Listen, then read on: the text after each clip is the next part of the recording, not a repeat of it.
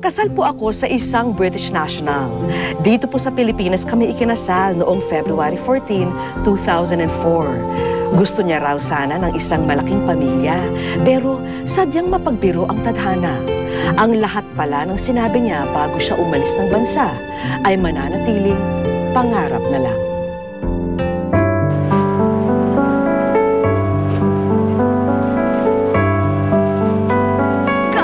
Kahirap ang maiwang mag-isa, ang mawala ng sandigan sa buhay, at mapilitang ipagpaubaya ang natatanging pinagmumulan ng kaligayahan. Paano nga ba maulila sa asawa ang maging isang byuda? Mahirap. Balik ulit sa isa, sa simula. Pagtapos ng high school, agad nagbanat ng buto si Mila para kumita. Dahil sa kanyang pagiging matyaga at masinop, lahat ng pangangailangan niya ay kahit papano'y abot kamay na.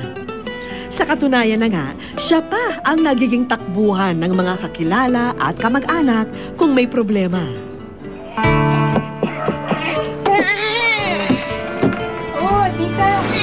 Kung maaari lang sana, ikaw nang bahala sa kanya kasi hindi ko naman kaya talaga eh. O yan na, yan na yung bago mo, mama. O yan na yung bago mo, mama. Hindi kailangan maging laman ng sinapupunan para masabing anak. Dahil sa puso ni Mila, si John lang ang laman. Inalay na niya ang kanyang buhay para mapalaki ng wasto ang bata.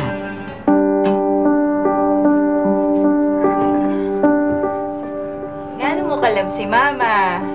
Isa, dalawa, tatlo. Basta, mama, marami. Ganun.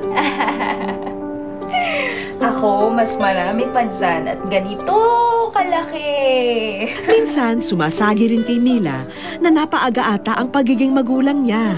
Ang layo raw ng nilaktawan niya ni hindi siya nagkanobyo tapos ngayon ay may anak na siya. Nangangarap din siya na umibig.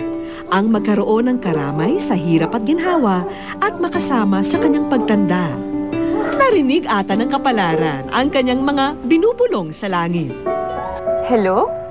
Dahlia? Ikaw ba yan? Kamusta na kayo nila, Mama? Mabuti naman kami dito. Ikaw, kamusta ka dyan? Siguro ang yaman-yaman mo na, no? Oo nga pala, ate. Marami akong makakilala itong mga foreigner. Loko ka talaga. Eh, gusto nga nila akong magiging pangasawa nila. Yung sinabi ko may ate ako. Teka. Pwede ba pag-isipan muna? Saka, seryoso ba yan? Hi there. This is Rafi. Mila, right? Hello? Hello? I have with me your photo. God, you're gorgeous. Siyempre, masaya. Tsaka naisip ko na gaganda na yung buhay mo. Yun na yung magiging maluwag yung buhay mo. Makakatulong ka naman sa mga pamilya mo na nangangailangan din. Kailangan sumuportahan. I will meet. Napadalas ang pagte-text nila at pag-uusap sa telepono.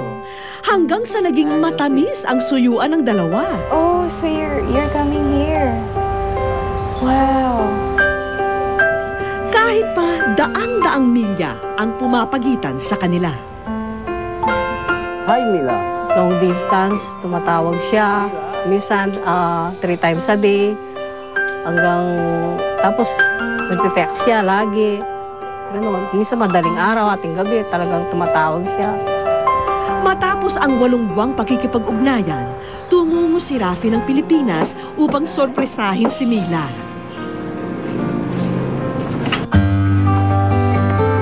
At bilang pambungad, isang engranding bahay ang kanyang ibinigay sa nobya.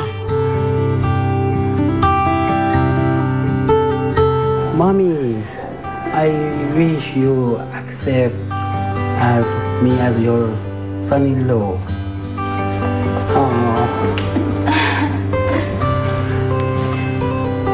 Mila, I really, really love you. Will you marry me?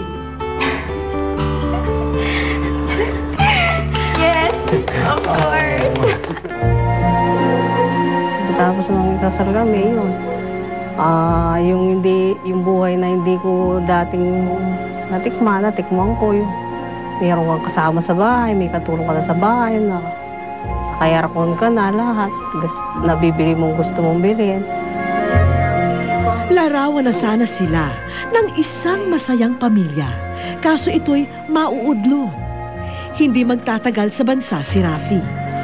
Kinailangan niyang bumalik agad sa London dahil may mahalagang aasikasuhin. Bumilang ng ilang araw na naging linggo hanggang sa lumipas na rin ang ilang buwan. Hindi nakatanggap ng tawag si Mila mula sa kanyang mister. Minsan, isip ko noon, baka naman nag-asawa siya doon. Isang taon ang lumipas, saka lang may balitang natanggap si Mila. I'm sorry, Mila.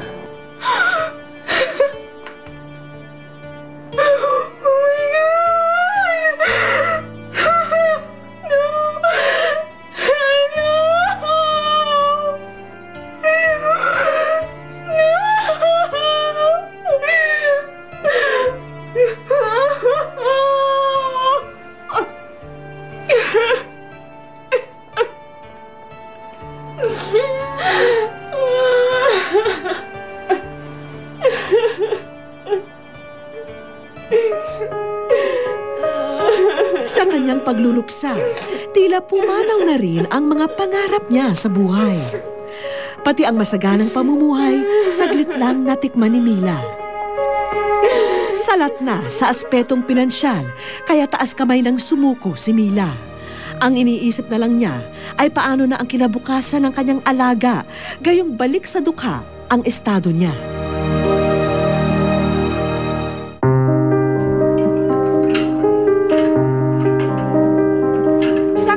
Eto na muli si Mila, namamasukan bilang kasambahay sa isang subdivision dito sa San Fernando, Pampanga.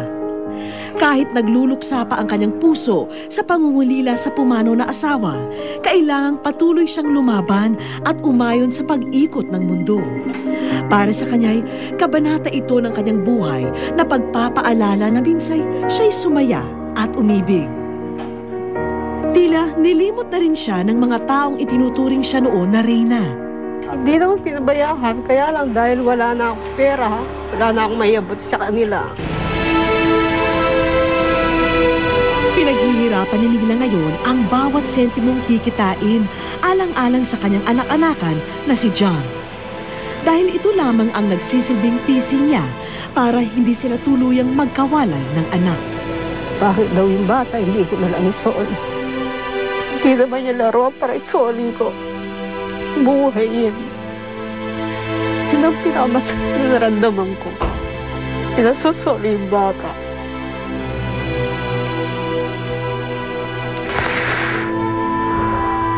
Sabi ko, ayaw yung buhay. Kahit anong trabaho, wag lang masama.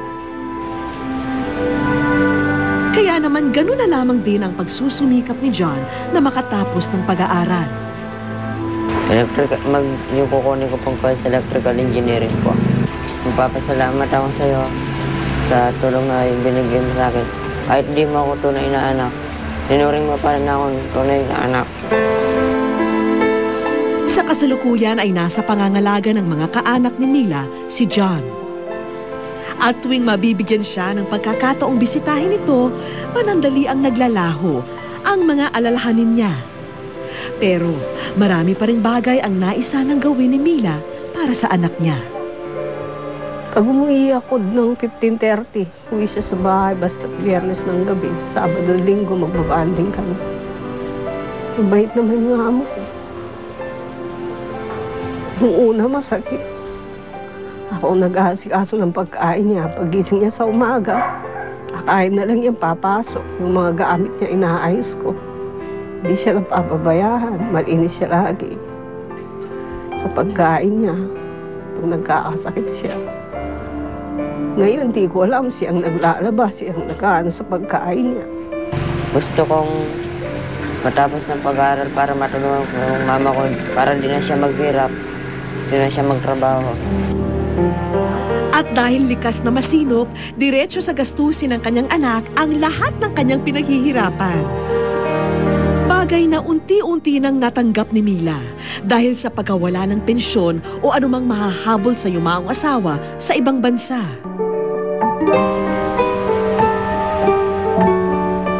Pero hanggat marami pa ang paparating na pagsubok, nakaasa na lamang sa dalangin ang butihing ina.